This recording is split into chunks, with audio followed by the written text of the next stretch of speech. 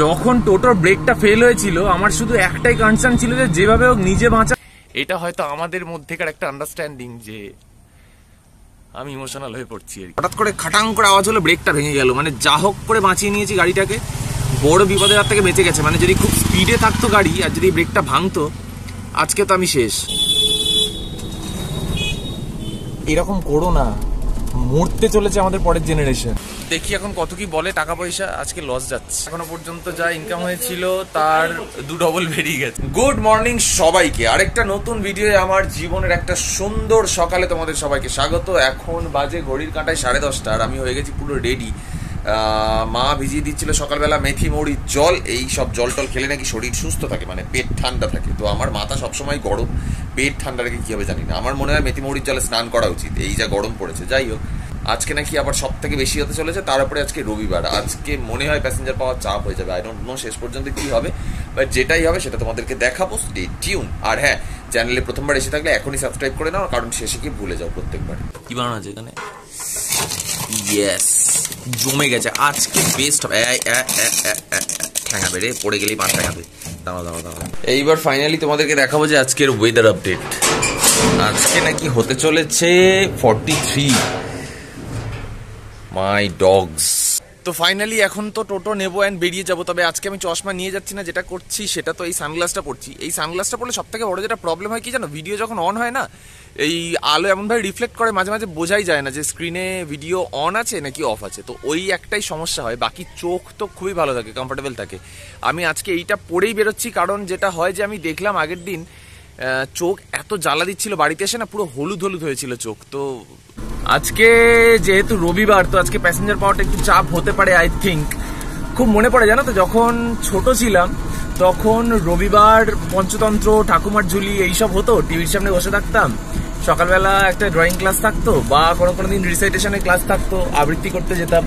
তো করে এসে এইগুলো দেখতাম বসে বসে দুপুর থেকে বাড়িতে। হেভি মজা লাগতো। মানে গরমের ছুটি আর সঙ্গে সেই ছুটিতে রবিবার, সোনায় সোহাগা, আলাদাই লাগতো। আর এখন তো বড় হয়েছি, এখন রবিবার যা আর অন্যান্য দিন সব সমান।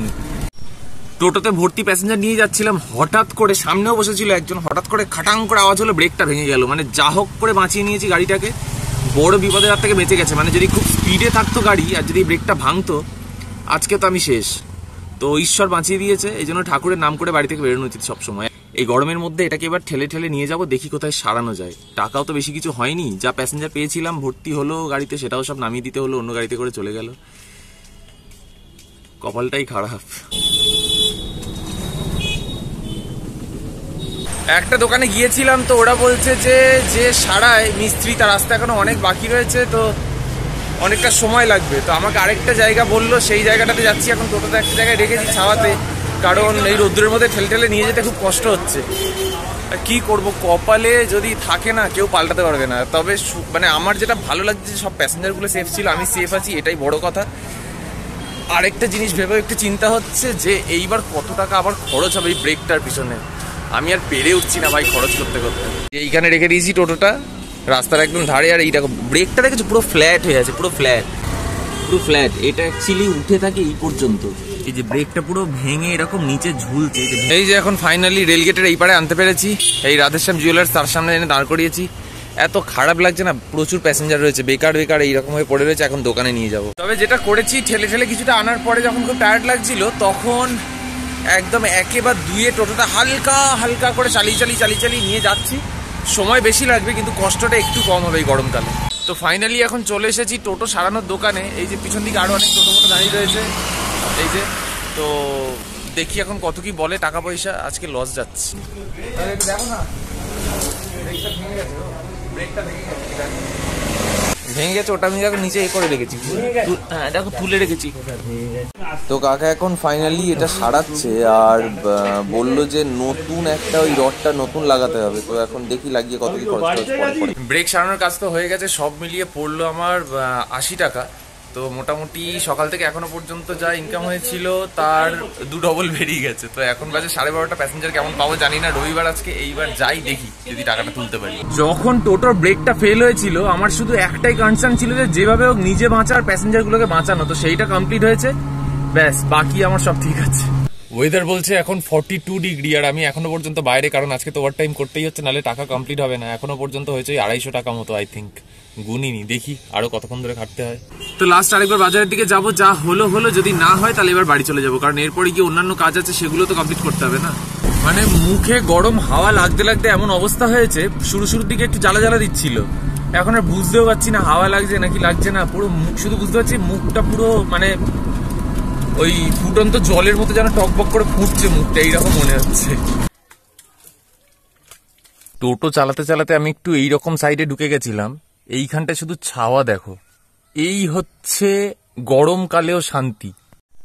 মানে আমি এটাই ভাবছি যে মানুষ কত বোকা, মানে 40,000, 45,000, 50,000 টাকা দিয়ে এসি কিনছে, এই করছে সেই করছে, কিন্তু বিনা পয়সায় বিনা খরচায় গাছ লাগালে যে এতটা শান্তি পাওয়া যেতে পারে সেইটা কেউ করছে না। মানে এই বোকামির খেসারত কাজে দিতে হবে জানো, আমরা তো দিচ্ছি, আমাদের পরের জেনারেশন তো মানে প্লিজ। মানে এইখানে রয়েছি আমি, মেন রোডে যাবো, শুধু গরমটা দেখো তো, তারপরে গাছ লাগাও, মানে এরকম করো না, মরতে চলেছে আমাদের পরের জেনারেশন। একটা কাকিমাকে আমি ছাড়তে যাচ্ছিলাম, তো ওনার 30 টাকা ভাড়া হয়েছিল, তো অনেকটা দূর ছিল, তো কথা বলতে বলতে গল্প করতে করতে যাচ্ছে, হঠাৎ আমাকে বলছে, হ্যাঁ রে বাবা, তোর জন্য একটা মেয়ে দেখবো, বিয়ে থা করবি? তারপরে আগের দিন যে দাদাটা আমাকে 250 টাকা ভাড়া দিয়েছিল, ও এরকম একটা কাজের অফার দিয়েছিল যে একটা ইন্টেরিয়ার ডিজাইনার কোম্পানি আছে, সেটার সুপারভাইজার যদি আমি করতে চাই তাহলে আমাকে ভিজিটিং কার্ডও দিয়েছে, যে যাতে এই কার্ডটাতে আমি ফোন করি। বিয়ের কথাটা তো ধরো আমি মজা করে নিলাম, যে ওটা শুনে আমার বেশি মনে হয়েছে খিল্লি লেগেছে, কিন্তু যে আমাকে চাকরির অফার করেছে, আমি একটা জিনিস বুঝলাম যে মানুষ যদি ভালো ব্যবহার করে আর যদি দেখে যে একটা মানুষের খাটার ক্ষমতা আছে, খাটতে ভালোবাসে, হার্ডওয়ার্ক মানে ভালোবেসেই কাজ করে, তাহলে তার না কাজের অভাব হয় না ভাই। লোকজন বলে বেকার, নামেই বেকার। মানে তোমার ন্যারো মাইন্ড থেকে যদি একটু তুমি বেরিয়ে আসো, বিশ্বাস করো তুমি জীবনে ভালো থাকবে। শুধুমাত্র ওই সোশ্যালি ভালো থাকতে গিয়ে না আমরা প্রচন্ড ন্যারো মাইন্ডেড হয়ে গিয়ে ডিপ্রেস হয়ে যাচ্ছি, ফ্রাস্ট্রেট হয়ে যাচ্ছি। So please don't do that ইয়ার, ব্রেক করো এটাকে। তো এখন ফাইনালি বিকেল বেলা রাস্তায় দাঁড়িয়ে রয়েছি, আর ফুরফুর করে একটা হাওয়া দিচ্ছে।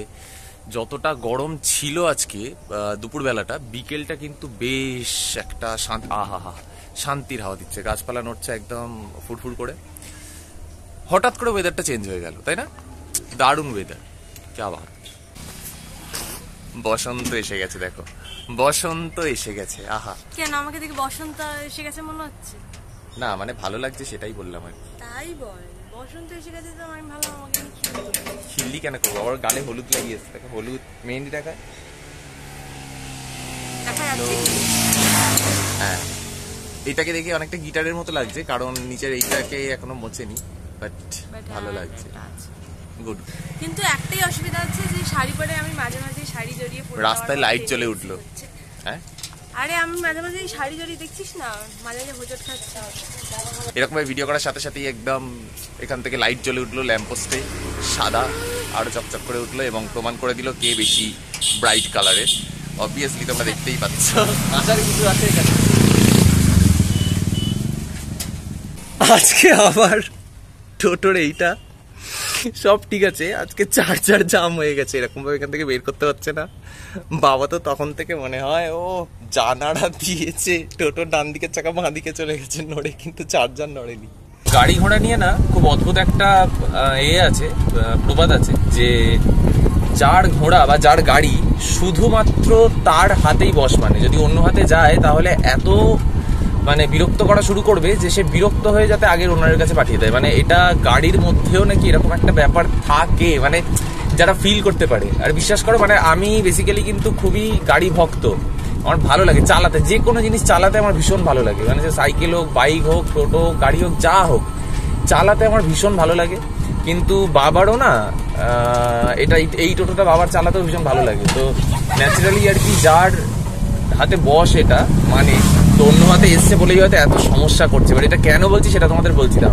আজকে যখন বলছিলাম না যে চার্জারটা এরকম সমস্যা করছে, হাসাহাসি করছিলাম, অ্যাকচুয়ালি যেটা হলো শেষ পর্যন্ত, যে নতুন চার্জার যেটা কেনা হয়েছে তার ক্লিপটা হচ্ছে প্লাস্টিকের, আর আগেরটা ছিল কড়ির। তো কি হয়েছে, কড়িরটা এত হিট করে গেছে, প্লাস্টিকের চার্জারটা গলে ওখানে সেট হয়ে গেছে। মানে একটার পর একটা প্রবলেম হচ্ছে আমি চালানোর পর থেকে। দেখো আমি না বেসিক্যালি একটু সেন্টিমেন্টাল ছেলে, মানে আমি বড্ড বেশি আবেগী। মানে এই যখন নিয়ে এটা বেরোচ্ছি তারপর থেকে একটার পর একটা প্রবলেম হচ্ছে না, আমার এত খারাপ লাগছে। মানে আমার মনে হচ্ছে যেন যে আমার সার্ভাইভ করাটা ও বুঝতে চাইছে না, তার জন্য হয়তো এরকম করছে। কারণ এই চ্যালেঞ্জটাতে সব থেকে বড় পার্টনার যদি কেউ থেকে থাকে সেটাই টোটোটাই।